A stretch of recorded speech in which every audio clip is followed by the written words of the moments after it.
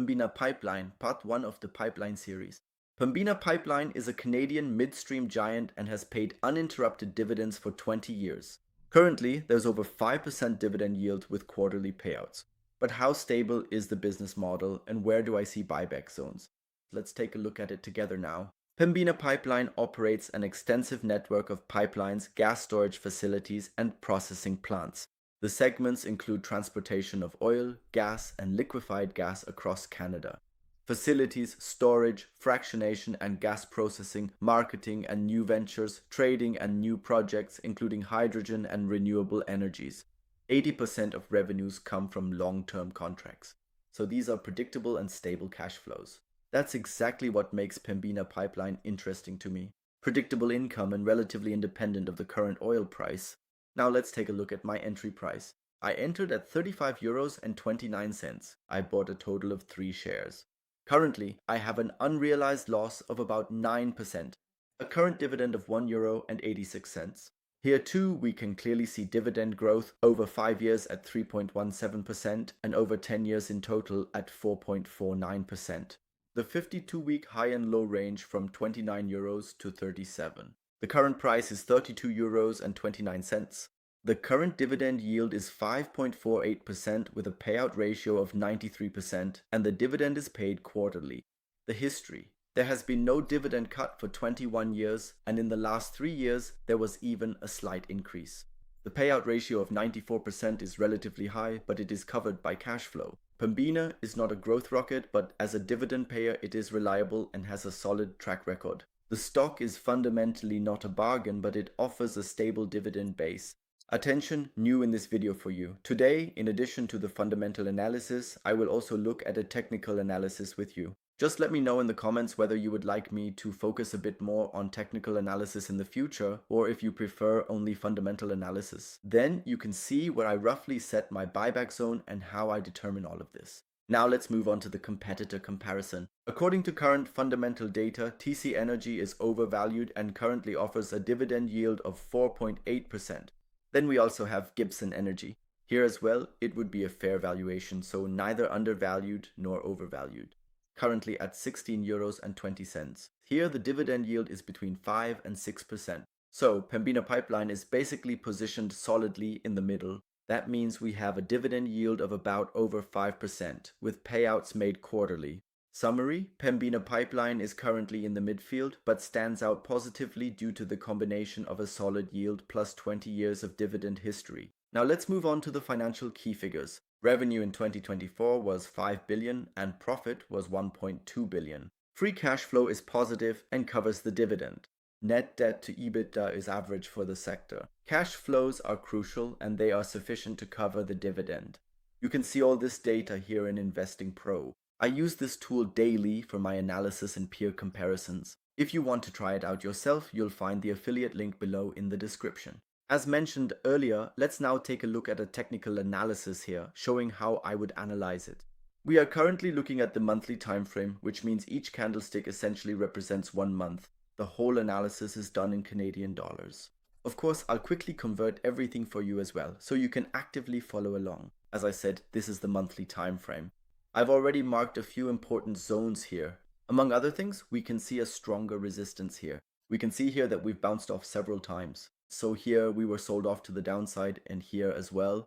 And here, for example, is a solid important zone, at least on the monthly chart. And here as well, based on the 0.5 retracement, then I always move down to smaller time frames, currently to the daily level.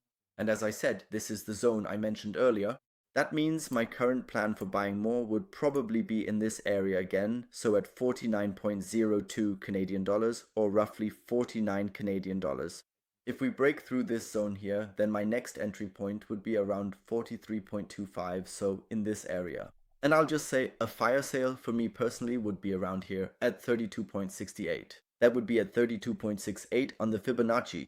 So for me, a real fire sale would be at 32.68 Canadian dollars. Then we can also see here that's already at a very attractive price, and we can also see that there would be a stronger resistance here. So at the latest, between $28 and $32, that's really a very attractive range. So as soon as we're below 32. Exactly, so that would more or less be my scenario. So this green area here would definitely be a fire sale.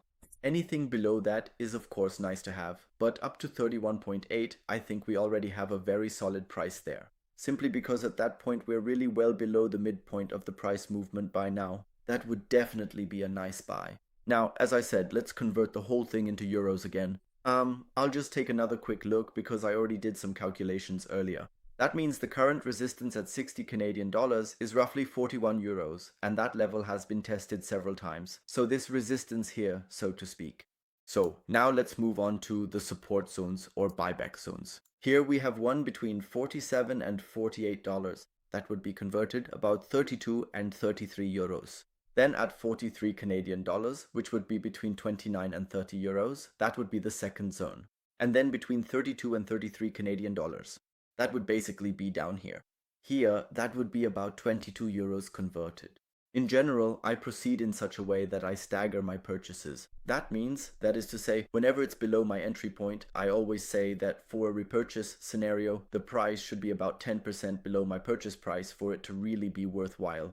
Anything below that, basically for a repurchase, if it really should drop again, I would simply buy more. And of course, I always analyze this as well. And naturally, I also do this with a certain cash ratio in mind. So if it were to fall now into a sort of middle range, let's say somewhere around here or here, where there is a support level, I would still enter, but maybe not with such a large amount of capital. So with a somewhat larger amount of capital, I personally would prefer to buy more down here, or also here at the 1.618 Fibonacci level, because in my view, that's already a relatively low and attractive price where I would simply add to my position again.